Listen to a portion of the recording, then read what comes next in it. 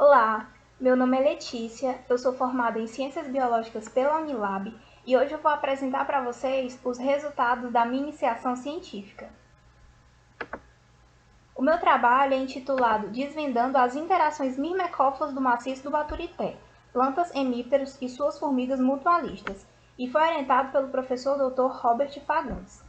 O mutualismo é uma importante interação ecológica onde duas espécies diferentes podem se associar e ambas são beneficiadas. Um exemplo muito comum dessa interação é o que ocorre entre formigas e plantas com nectários extraflorais, que são chamados de mirmecófilos.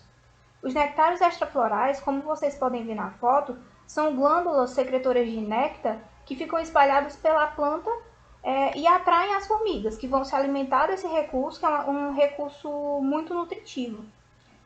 Em troca desse alimento, as formigas defendem, atacando e afastando herbívoros, que causariam prejuízos para a planta. Outro mirmecófilo muito comum são os hemípteros sugadores de seiva. Nessa interação, os hemípteros secretam para as formigas um exudato açucarado muito nutritivo, que é chamado de honeydew. Em troca desse alimento, as formigas protegem os hemípteros contra seus inimigos naturais. Em uma comunidade, essas duas interações formam redes complexas, e por isso elas têm sido entendidas sob a perspectiva da teoria de redes. Isso porque elas providenciam as ferramentas necessárias que permitem a compreensão e a descrição dessas relações a nível de comunidade, ou seja, com várias espécies interagindo ao mesmo tempo.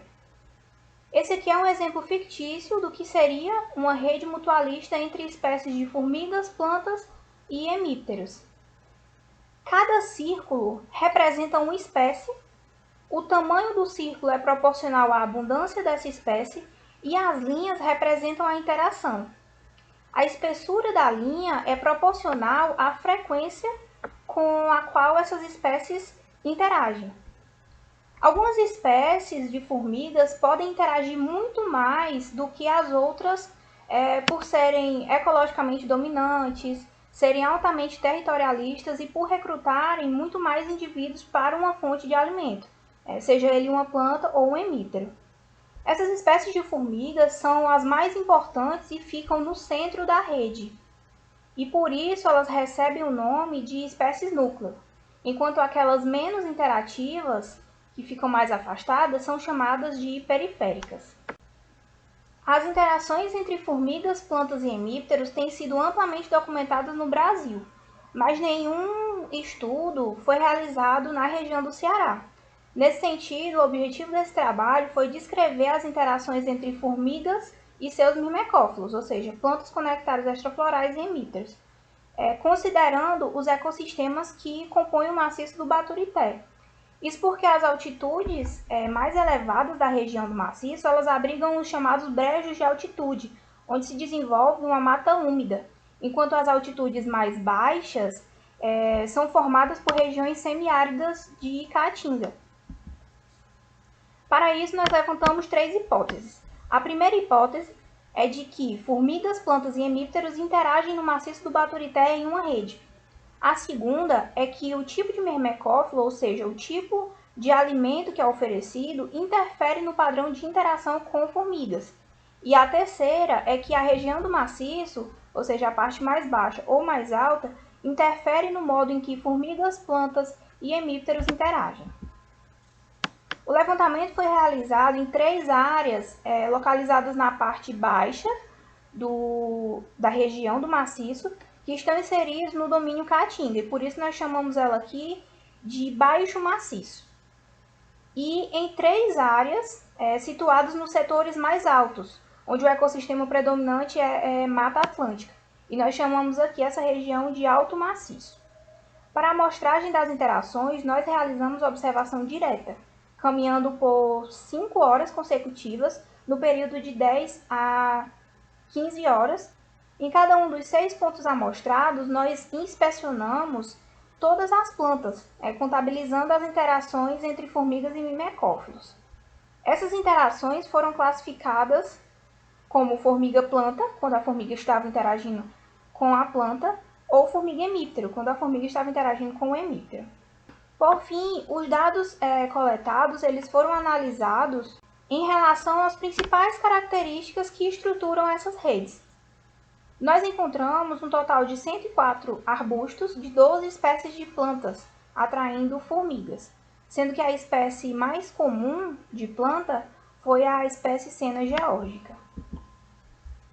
Em relação às formigas, foram encontrados 1.520 indivíduos de 30 espécies, sendo Camponotus arbóreos e Camponotus crassus as duas espécies mais comuns. Dentre os hemípteros, foram encontrados 40 agregações de 15 espécies. Duas espécies de afídeos, Apis craxivora e Apis gossypi, foram as espécies mais comuns. Essa foi a rede de interação entre formigas e mirmecófilos, que oferecem dois tipos de alimento no maciço do Baturité, né? São plantas com nectários extraflorais e hemípteros. Essa rede seguiu o padrão esperado para esses mutualismos e corroborou com a nossa primeira hipótese. As espécies de formiga Camponotus arbóreos, que é essa aqui, e Camponotus crassus, foram as espécies mais interativas da rede e elas compuseram o núcleo. Corroborando a nossa segunda hipótese, nós encontramos que o tipo de mirmecófilo interfere no padrão de interação com formigas. Isso porque, embora a quantidade de espécies de plantas tenha sido a mesma de hemípteros, as formigas interagiram mais com plantas, um total de 104 arbustos, do que com agregações de hemípteros, que deu um total de 40.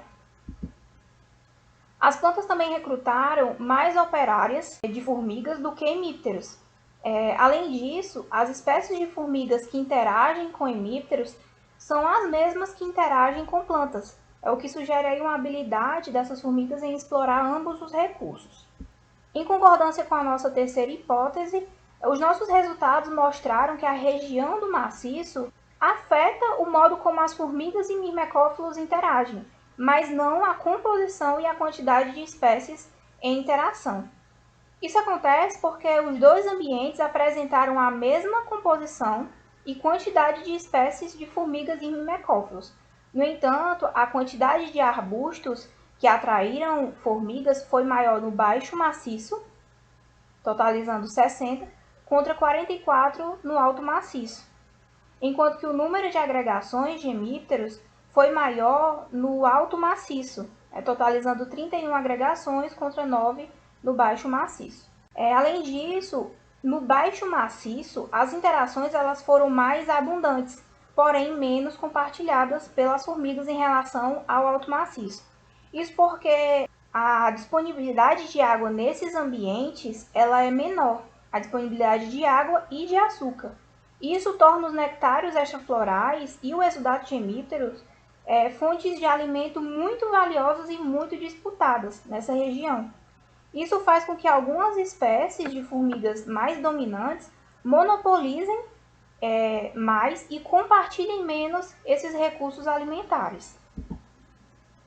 O baixo e o alto maciço foram ligados pelas mesmas duas espécies de formigas altamente interativas, que compuseram o núcleo das redes. No entanto, Camponotus arbóreos foi mais dominante no baixo maciço, enquanto Camponotus crassus foi mais dominante no alto maciço. Isso sugere que a habilidade dessas espécies em competir entre si por interações pode variar de acordo com o ambiente. O nosso estudo é o primeiro a investigar formigas, plantas e hemípteros interagindo no maciço do Baturité e descreveu um total de 80 interações para a literatura, todas um novo registro para o Ceará. As variações que nós observamos nas interações, elas foram explicadas principalmente pelo tipo de mirmecófilo e pelo ecossistema. Portanto, nós esperamos que novos estudos avaliem mais localidades dentro do maciço e investiguem o comportamento das formigas mais interativas, Camponotus arbóreos e Camponotus crassus, para entender quais são as características que influenciam na alternância da hierarquia de dominância entre essas duas espécies nos dois ecossistemas. Os meus agradecimentos à Unilab, à CNPq e ao PIBIC pela concessão da bolsa e ao Interzoa pelo suporte em toda a pesquisa. Obrigada pela atenção.